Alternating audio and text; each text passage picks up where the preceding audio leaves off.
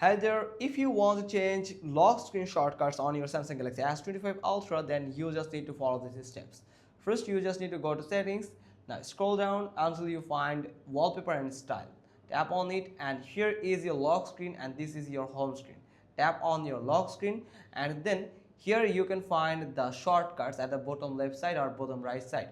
Just tap on this shortcut and then here you'll find some action, just the system actions and some shortcuts from the application that you have on your device. For example, if I want to add this for example this QR code scanner shortcut for the flashlight, and if I want to add a app shortcut at the bottom right side, then for example I'm going to add this phone here, then you can say I just changed the shortcut here.